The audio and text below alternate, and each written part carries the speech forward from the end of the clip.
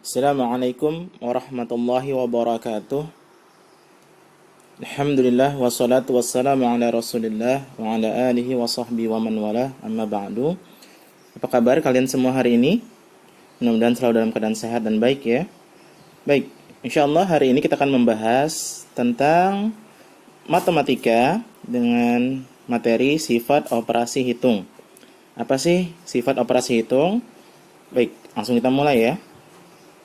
Nah, ketika mempelajari sifat operasi hitung, paling enggak harusnya kalian sudah menguasai penjumlahan, pengurangan, dan perkalian. Ya, jadi kalau kalian merasa masih kurang dalam ketiga materi ini, sebaiknya kalian belajar kembali. Oke, kita lanjutkan ya. Nah, sifat operasi hitung. Ada 3 sifat operasi hitung. Yang pertama itu komutatif, atau disebut juga pertukaran. Yang kedua asosiatif, disebut juga pengelompokan. Yang ketiga distributif, atau disebut juga penyebaran. Ya, jadi ada 3, komutatif, asosiatif, distributif. Kita lihat yang pertama, sifat operasi hitung komutatif atau pertukaran. Syaratnya, pertama, hanya bisa untuk penjumlahan dan perkalian. Yang kedua, jumlah ruas kiri dan ruas kanan harus sama. Jadi nanti ada ruas kiri, ada ruas kanan. Pemisahnya adalah tanda sama dengan. Contohnya, di sini ada 2 ditambah 3 sama dengan titik-titik ditambah titik-titik. Di sini Ustadz warnai angka 2 dan angka 3 biar kalian tahu di mana posisinya. Ya. 2 yang berwarna merah itu ada di depan. Kemudian 3 yang berwarna hijau ada di belakang, ya. Jadi 2 tambah 3. Nah, di sini dia penjumlahan, memenuhi syarat yang pertama, hanya bisa penjumlahan dan perkalian. Nah, 2 tambah 3 ini sama dengan 3 tambah 2. Loh, kok dibalik Ustadz? Iya, ditukar tempatnya. Tadinya 2 di depan, sekarang 2 di belakang. Tadinya 3 di belakang, jadi 3 di depan. Kalian bisa lihat posisinya ya. Oke, sekarang kalian tahu kenapa disebut pertukaran, karena bertukar posisinya. Dan syarat kedua, jumlah ruas kiri dan ruas kanan harus sama. Ingat, ruas kiri itu di sebelah kiri tanda sama dengan. Sedangkan ruas kanan itu di sebelah kanan tanda sama dengan. Kita lihat jumlahnya. Di sini yang kiri kita hitung, 2 tambah 3 itu sama dengan 5. Lalu kita hitung yang kanan juga. 3 tambah 2 sama dengan 5. Berarti dia memenuhi syarat yang kedua, yaitu jumlah yang kiri dan kanan harus sama. Contoh berikutnya, di sini ada 3 kali 4. Harusnya kalian sudah bisa ya. 3 kali 4 itu sama dengan 4 kali 3. Ya, lihat, dia bertukar posisinya. Baru kita cek lagi, jumlahnya sama nggak kiri dan kanan. 3 kali 4 itu 12. 4 kali 3 itu 12, berarti sama-sama 12. Itu dia syarat komutatif. Berikutnya, kalau yang tadi yang ada angkanya di sebelah kiri, sekarang yang ada angkanya di sebelah kanan. Titik-titik ditambah titik-titik sama dengan 5 tambah 6. Sama aja, kita tinggal balik posisinya. Yang tadinya 5 itu ada di kiri, 5 itu di depan, lalu 6 di belakang, kita tinggal balik. 6 di depan, 5 di belakang. Sama kan ya? Kalian bisa lihat dari warnanya maupun posisinya ya. Kita cek jumlahnya, 6 tambah 5, 11. Lalu 5 tambah 6, 11. Ternyata kiri dan kanan sama. Begitu juga dengan perkalian. Ya. Yang tadinya 8 di depan, 4 di belakang. Nah, berarti titik-titiknya tinggal kita balik aja. Tinggal kita tukar posisinya. 4 di depan, 8 di belakang. Sekarang kita cek jumlahnya. 4 kali 8 itu sama dengan 32. 8 kali 4 itu sama dengan 32. Oke. Selanjutnya, sifat operasi hitung asosiatif atau nama lainnya pengelompokan. Syaratnya, yang pertama hanya bisa untuk penjumlahan dan perkalian. Hanya bisa penjumlahan dan perkalian. Sama seperti distributif tadi. Yang kedua, urutan angka di ruas kiri dan ruas kanan harus sama. Jadi kalian lihat nanti urutannya kiri dan kanan sama. Maksudnya gimana? Langsung aja ya contohnya. Yang ketiga, jumlah ruas kiri dan ruas kanan juga harus sama ya. Contohnya begini. Di sini kita punya 3 ditambah buka kurung, 5 tambah 9 tutup kurung. Jadi, angka 5 dan angka 9 ini ada di dalam kurung. Pertama yang harus kalian perhatikan urutannya. 3 tambah 5 tambah 9. Berarti di kanan juga urutannya harus sama. Ya. 3 tambah 5 tambah 9. Ya. Urutannya sama. Kemudian kalian lihat di sini angka 5 dan angka 9 berada dalam satu kurung. Artinya mereka dalam satu kelompok. Nah, sekarang kelompoknya harus berpindah. Yang tadinya 5 dengan 9, sekarang 5 dengan 3. Ya, makanya ya tanda kurungnya kita pindahkan di antara 3 dan 5. Jadinya 3 tambah 5 yang di dalam kurung. Itu yang pertama, ya. Perhatikan urutannya, kemudian pindahkan tanda kurungnya. Lalu kita cek sama enggak jumlah kiri dan kanan. Di sini 3 tetap 3 ditambah.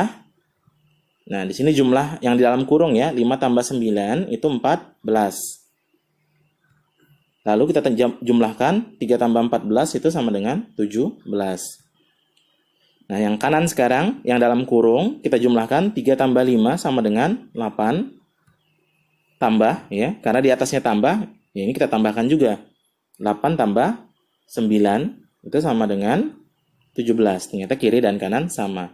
Oke, contoh berikutnya. Seperti tadi, perhatikan urutannya. Ketika 1 kali 3 kali 4 ada di kiri, maka di kanan juga 1 kali 3 kali 4.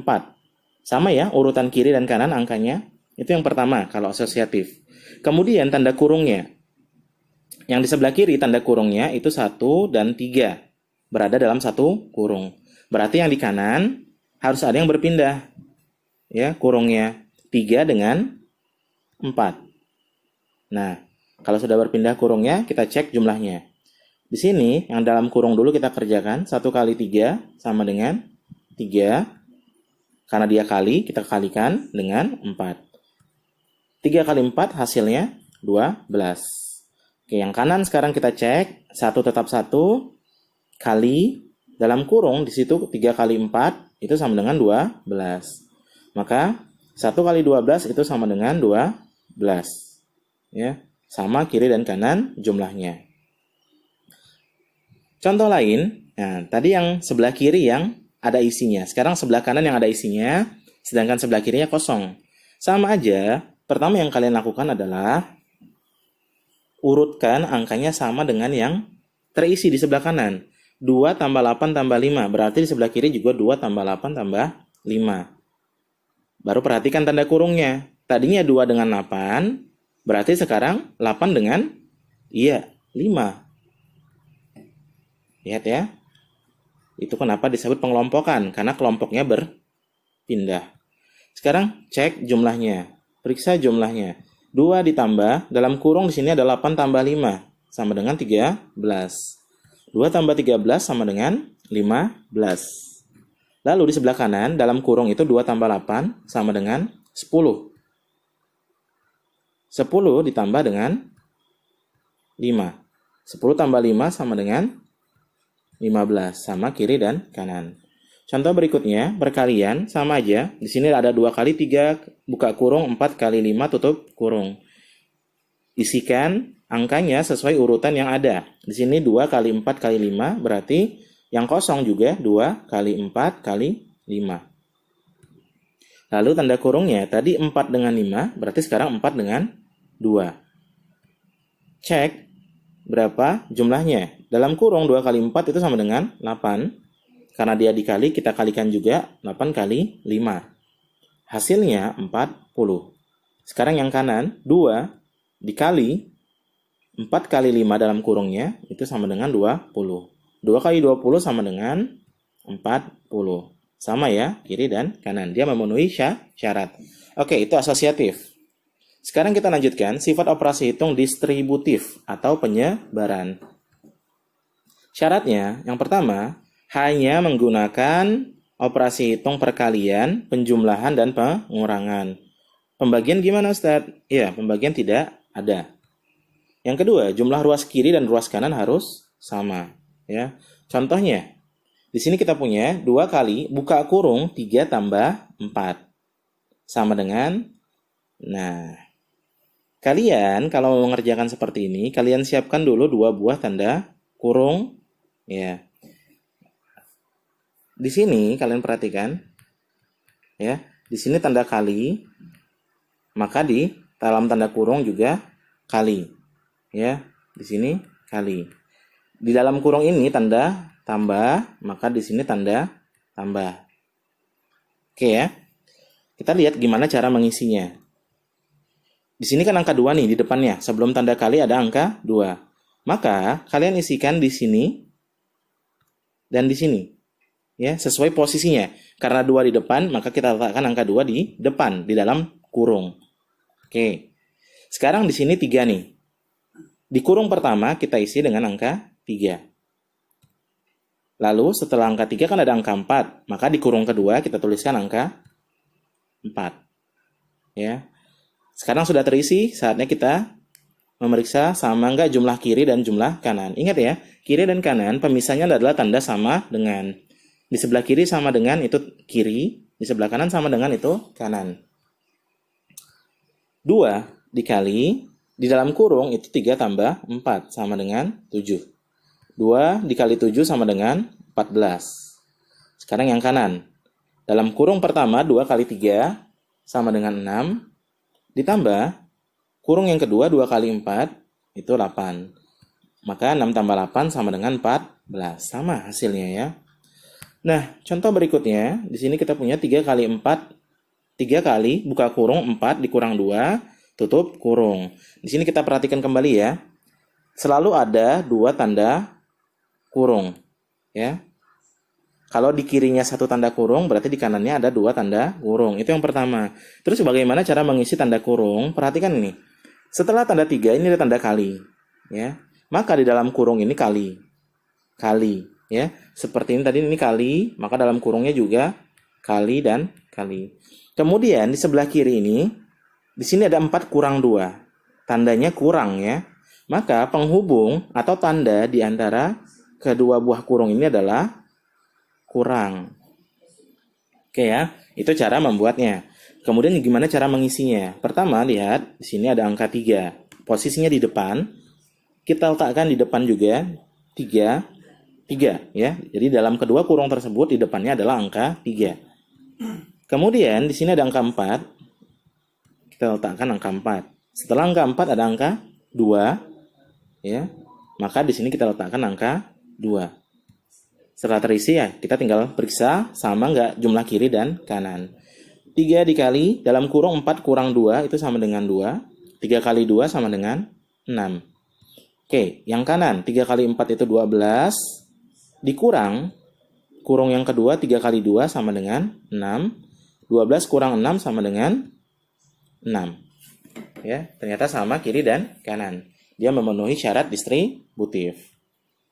Oke, itu aja. Cukup ya. Seterasa mudah dipahami. Semoga Allah berikan kalian kemudahan untuk memahaminya. Kita cukupkan sampai di sini. Subhanakallahumma bihamdika asyhadu an la ilaha illa anta astaghfiruka wa atubu ilaik. Assalamualaikum warahmatullahi wabarakatuh.